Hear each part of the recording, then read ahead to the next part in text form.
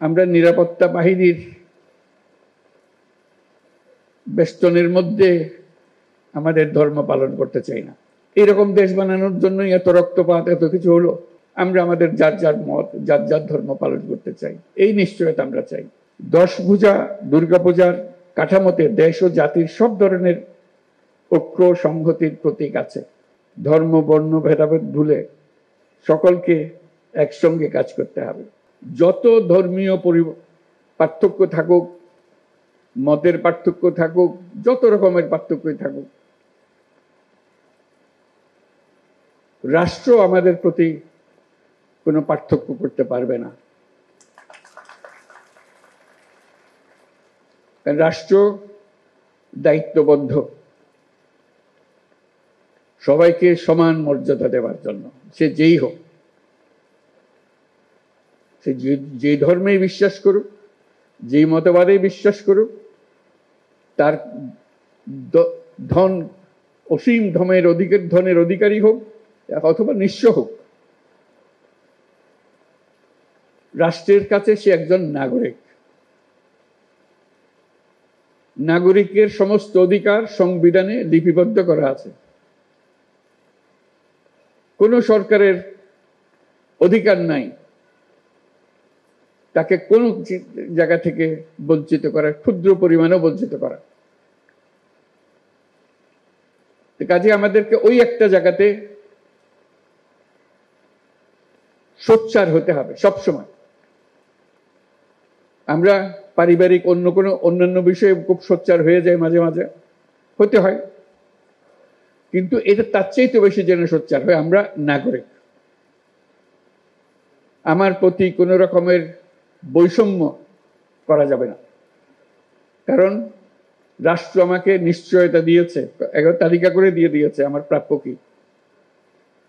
কাজে যত কথাই বলি, সবচেয়ে বড় কথাটা বলবেন, আমি নাগরিক, আমাকে এই তালিকাভুক্ত সমস্ত জিনিসের অধিকার আমাকে দিতে হবে। ওইটাতে যদি না দাঁড়ান, বাকিগুলোতে বড় সুবিধা হয় না।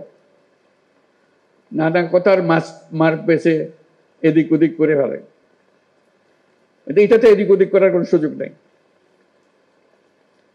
কাজে আবারও আহ্বান জানাচ্ছি, আপনাদের যত কথাই বলুন, তার মধ্যে বারে বারে বলুন যে আমি এই দেশের নাগরিক, আমার জন্য সংবিধানে দেওয়া সমস্ত নাগরিক অধিকার নিশ্চিত করতে হবে। এইসব অধিকার থেকে এখন আমি বঞ্চিত, এগুলো আমাকে দিতে হবে। তখন আপনি সঙ্গী সাথী সবাইকে পাবেন,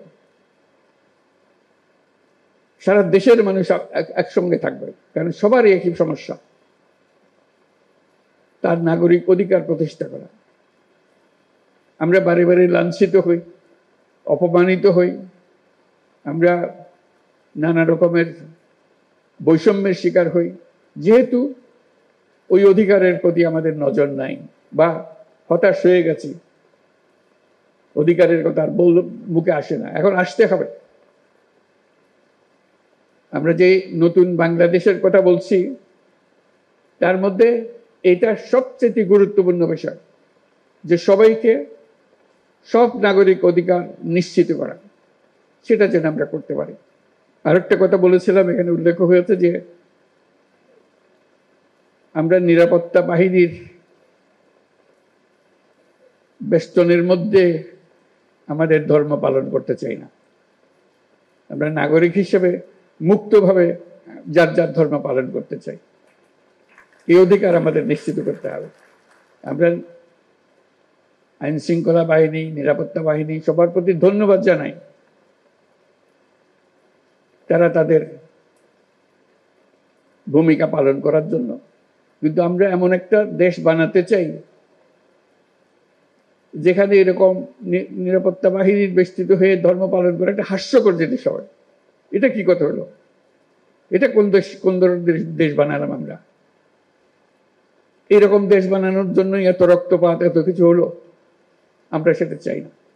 আমরা সম্পূর্ণ নিরাপত্তার মধ্যে, সম্পূর্ণ বিশ্বাসের মধ্যে আমরা আমাদের যার যার মত, যার যার ধর্ম পালন করতে চাই, এই নিশ্চয়তা আমরা চাই। আমরা ঐক্যের কথা বলি, যে ঐক্যের কথা আমরা বলি, সেই ঐক্য দুর্গাপূজার কাঠামোর মধ্যেই আছে। সনাতনী ধর্ম বিশ্বাস মতে 10 ভুজা দুর্গাপূজার কাঠামোতে দেশ ও জাতির সব ধরনের ঐক্য সংহতির প্রতীক আছে। লক্ষ্মীর ধন সম্পদ, সরস্বতীর জ্ঞান, কার্তিকের বীরত্ব, গণেশের সাফল্য, 10 ভুজা দুর্গার অসীম শক্তি সম্মিলিতভাবে সমস্ত অশুভ শক্তিকে পরাজিত করে। এর মধ্যেই ঐক্যবদ্ধ হবার চিত্র আছে।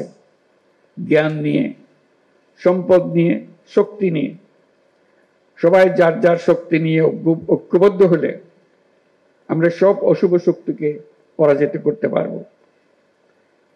কারো সাধ্য নেই এর থেকে আমাদেরকে বঞ্চিত করে। নিজেরা বিভক্ত হয়ে গেলে, ঐক্যবদ্ধ হতে না পারলে আমরা জাতি হিসেবে ব্যর্থ হয়ে গেলাম। আমরা জাতি হিসেবে ব্যর্থ হতে চাই না। আমাদের তরুণরা জেগেছে, আমাদের মানুষ জেগেছে। আমরা নতুন বাংলাদেশের কথা বলছি, সেটাই নিশ্চিত করতে চাই। তা না হলে এত রক্তপাতের, এত আত্মত্যাগের কি ফল পেলাম? আমাদের ছেলে মেয়েরা 24শে জুলাই যে অসাধ্য সাধন করেছে, তাদের মূল লক্ষ্য ছিল একটি বৈষম্যমুক্ত বাংলাদেশ গড়া। এখানে সব নাগরিক সমান সুযোগ পাবে। আমাদের ছেলে মেয়েরা সে যে ঘরে জন্মগ্রহণ করুক না কেন, সে ছেলে হোক আর মেয়ে হোক, সবাই নাগরিকের সমান সুবিধা পাবে। পুরো বিশ্বকে তাক লাগিয়ে দেওয়ার শক্তি তাদের আছে। তারা কেউ বন্দী থাকার জন্য জন্মগ্রহণ করে নাই, কারো ভয়ে পালিয়ে থাকার জন্য জন্মগ্রহণ করে নাই। আমরা তাদেরকে সে সুযোগ দিতে চাই। তারা নিজের মতো করে গড়ে উঠবে, দেশকে গড়ে তুলবে, পৃথিবীকে গড়ে তুলবে। আমরা এমন রাষ্ট্র গঠন করতে চাই, পৃথিবী আমাদেরকে অনুসরণ করবে। জুলাই গণ অভ্যুত্থানের মধ্য দিয়ে আমরা বৈষম্য, দুর্নীতিমুক্ত একটি সমৃদ্ধ দেশ গড়ার যে অগ্রযাত্রা শুরু করেছি, তার সফল বাস্তবায়ন করতে হলে ধর্ম, বর্ণ ভেদাভেদ ভুলে সকলকে একসঙ্গে কাজ করতে হবে। সব অশুভ, অন্যায়, অন্ধকারকে পরাজিত করে ঐক্য সম্প্রীতির জয় হবে। বাংলাদেশ এগিয়ে যাবে কল্যাণ ও সমৃদ্ধির পথে। সবাইকে আবারও শারদীয় দুর্গোৎসবের শুভেচ্ছা জানাচ্ছি। এবার মনটা শান্ত হলো যে আপনাদের সঙ্গে দেখা হলো দুর্গাপুজো উপলক্ষে। আপনারা সাক্ষী দেবেন যে আমি হাজির ছিলাম। এখন শান্ত মনে আমি জাতিসংঘের দিকে রওনা হতে পারবো।